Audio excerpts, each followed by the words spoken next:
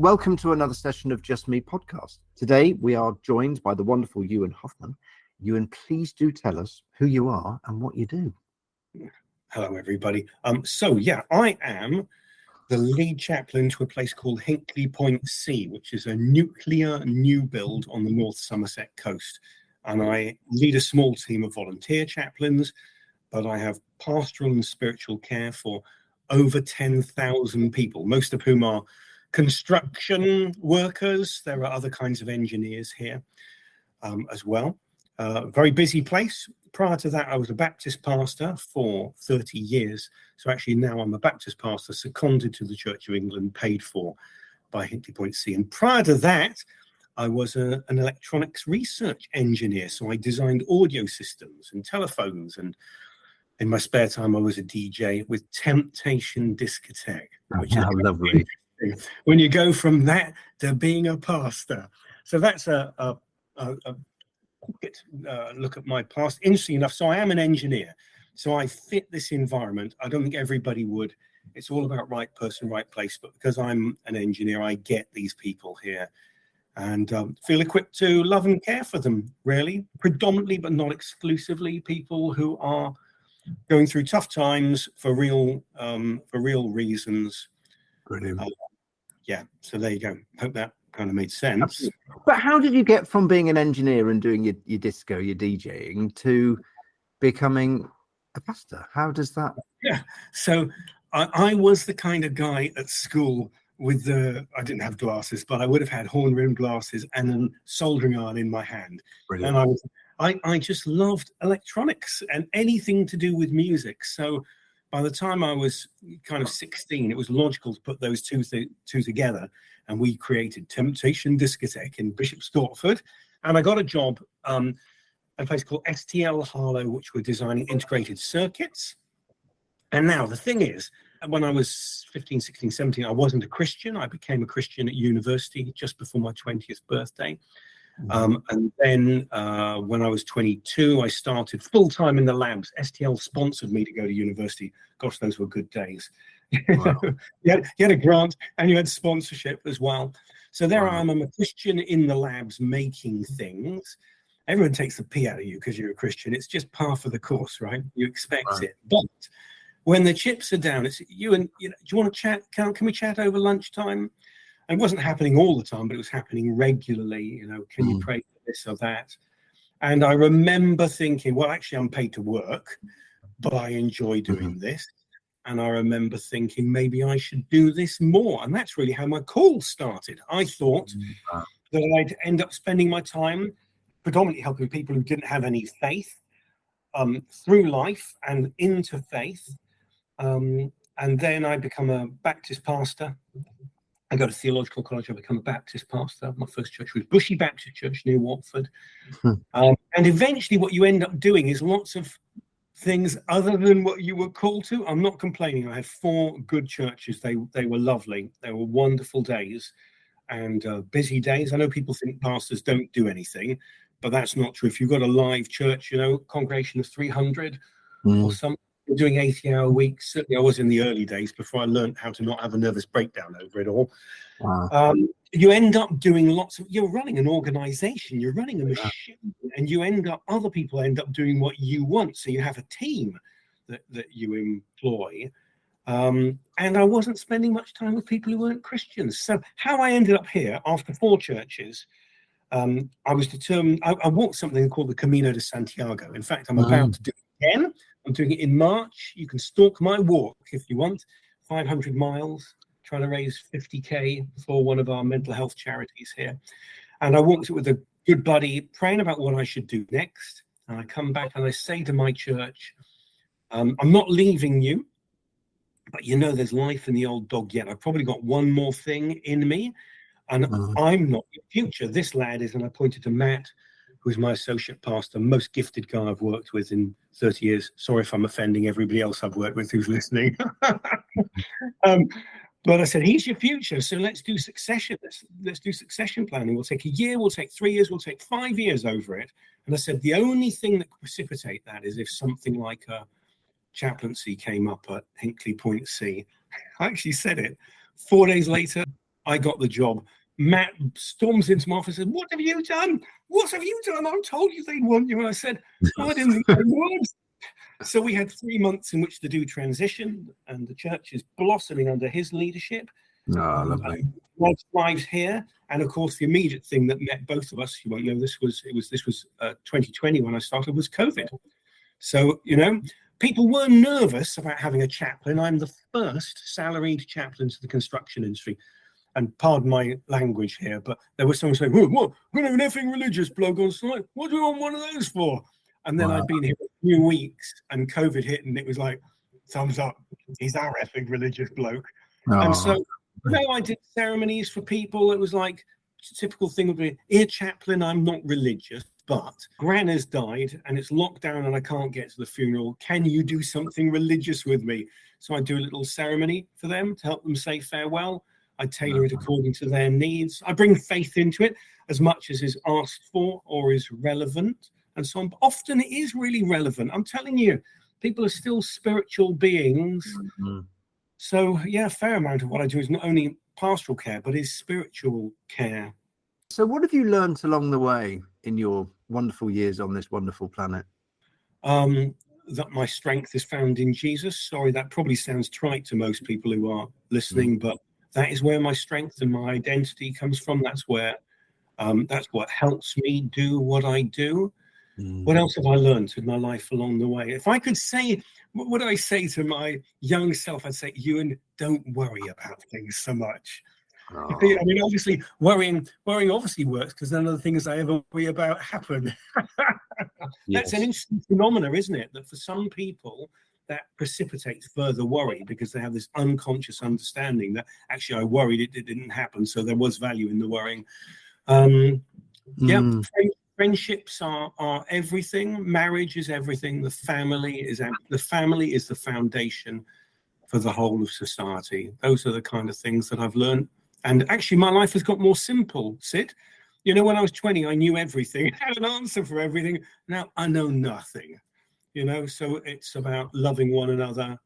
It's about keeping God at the center of things, the main and the plain, I would say now. Oh, how lovely. I mean, I love that thing about family, and it is, isn't it? I mean, when you boil it all down, this is what we are, and that's the most important thing. But what obstacles have kind of either hindered or helped you along the way? I'd say they do both. Obstacles both hinder and help. The question is how you deal with them. Most things you can live with or you can overcome. By that, I don't mean that we're ever perfect. I think we all walk with a limp. That would be a term that I use. But pain enlarges your heart. And there has been pain along the way. There's been illness, there's been loss, there's been seemingly unanswered prayer, there's been loads of questions. But that, I guess, has enlarged my heart. I would say over the years, I've moved from being a bounded set person to a centered set person. So in the 20s, I had everything all nailed down, but life wasn't as simple as that. There were boundaries to everything. I'd say I'm centered set now and a lot more relaxed about things. That is very helpful. And the pain of life has enlarged my heart to care for others. What keeps you going when things get tough? And you mentioned about pain enlarging your heart, but what are the things? I mean, obviously faith, but what else do you sort of fall back to or fall back on?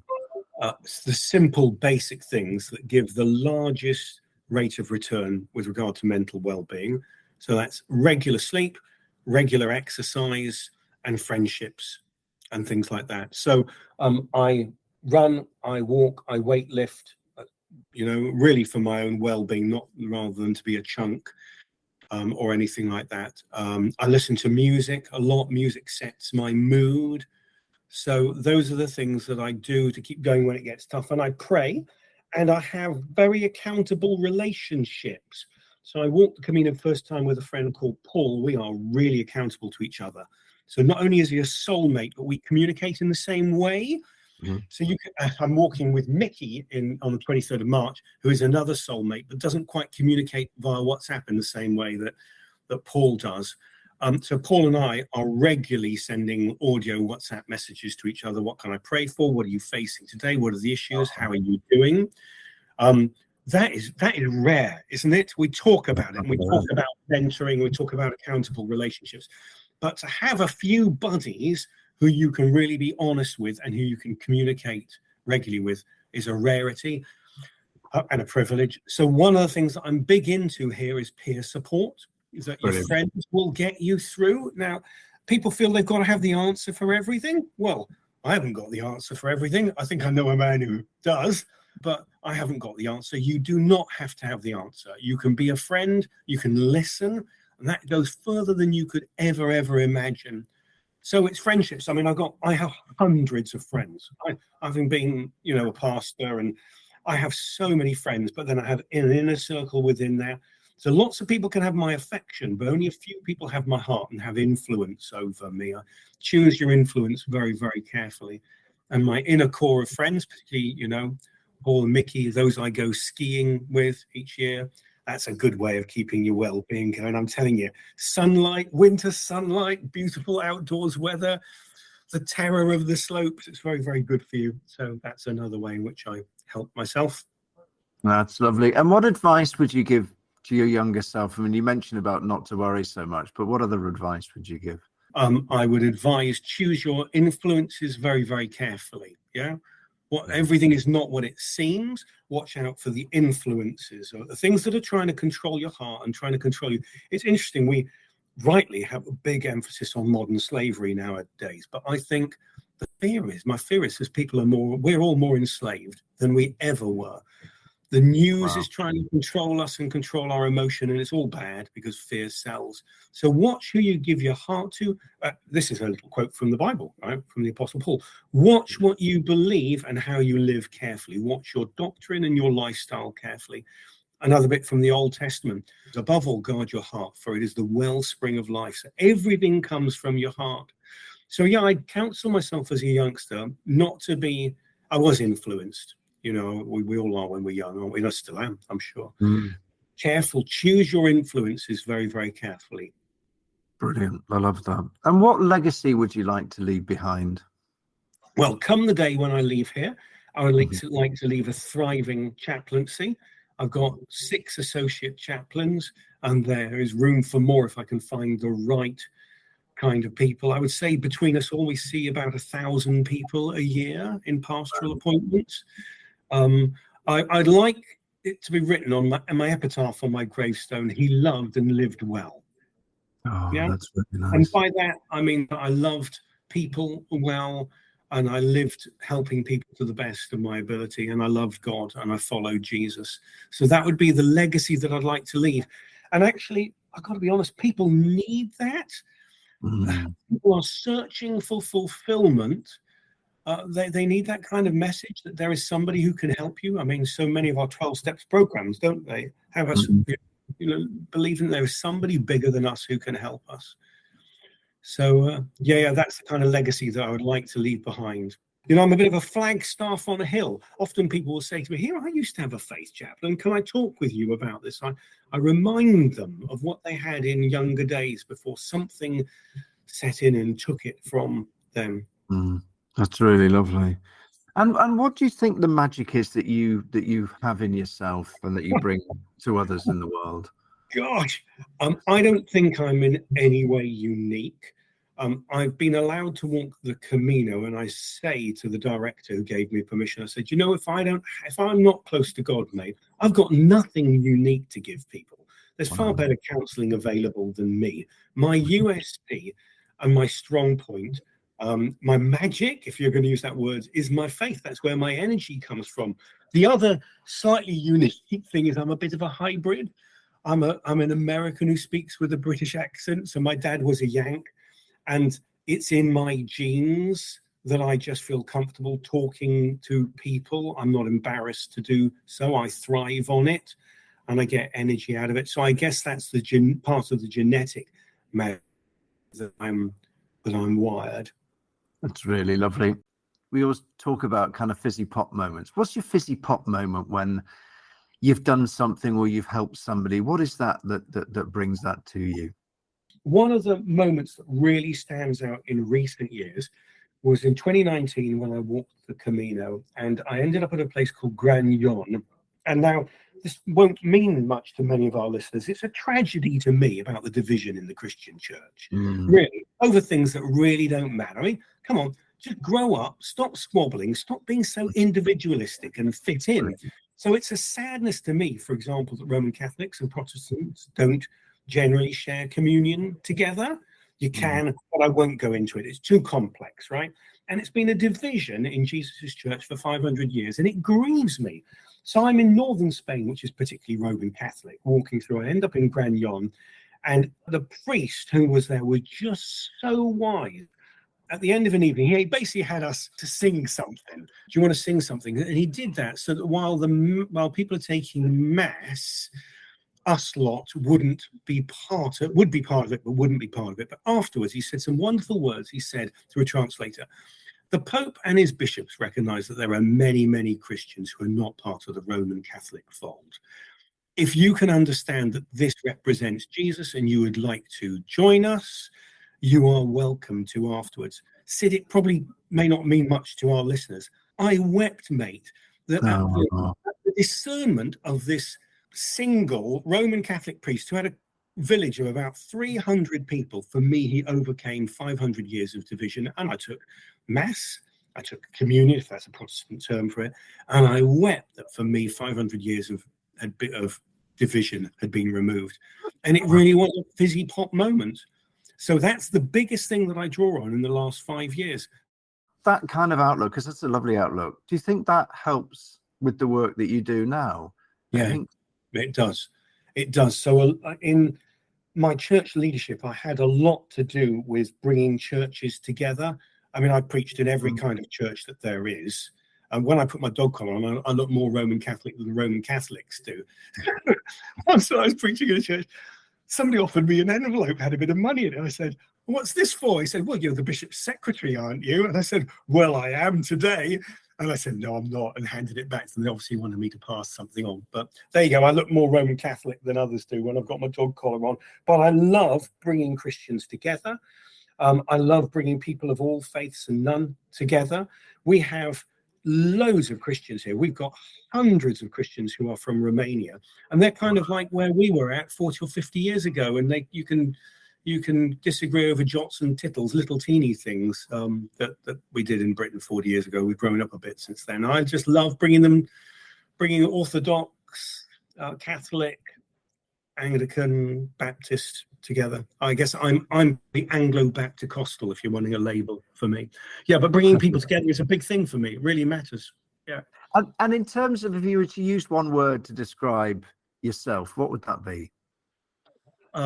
Energetic. If you're looking for what kind of an animal I'm probably a Jack Russell Terrier, full of energy and a go for it kind of person. So yeah, that's energetic is how I would describe myself. I'm quite passionate about things. I think you need that in this environment. There are different kinds of chaplains, okay? I think in this environment here, because it's brutal, you need somebody who believes what they believe quite passionately, but is very, very empathetic and sympathetic to others, so they don't shove it down people's throats, because that gets you nowhere. So I think my personality type kind of suits this place. That's lovely. And if you were to use one word to describe Hinkley Point and the opportunities that you face there, what one word would you use? Astonishing. Oh. You can get tours for this place. If you live in Somerset, if you Google Hinkley Point C tours, you'll get taken to our visitor centre, and you can drive around this place that is ginormous. It is unbelievable what people can do. And the pictures that you can find if you search online for it, they don't do it justice. You cannot believe the size and the complexity of it all. So I would say this is an astonishing place to be. They are doing something truly, truly amazing that actually we need. It's going to provide 6% of the country's electricity, and we need that soon, and we need that by a reliable means, that isn't weather dependent. So I would say astonishing, and I would say that of my role here, I had no idea how welcomed I would be, and I've been so welcomed, and people are so respectful of faith. I mean, they use Jesus's name in a way that I wouldn't, okay, and the name of God in a way that I wouldn't. I got bigger fish to fry than that. But that is changing. And interesting, I notice on Facebook posts and WhatsApp groups, oh, yeah, I'm praying for you, mate. I mean, honestly, they didn't say anything like that 4 years ago. That for me is a big win. And we do courses here, things like alpha courses, so people can come and ask about their faith and so on. And the Muslim community, Christian community do a lot together. So, for example, I'm just organising now for their Ramadan meal. It'll be either an iftar meal at the end of the day or an Eid meal, and the Christian community are sponsoring it. We're paying for it. You know, it's good. It's a great opportunity to model something that I think the rest of the world can humbly build upon. Ewen Huffman, thank you. That's really lovely. So insightful. Thank you so much. Great, Sid. Lovely talking to you. Bye for now.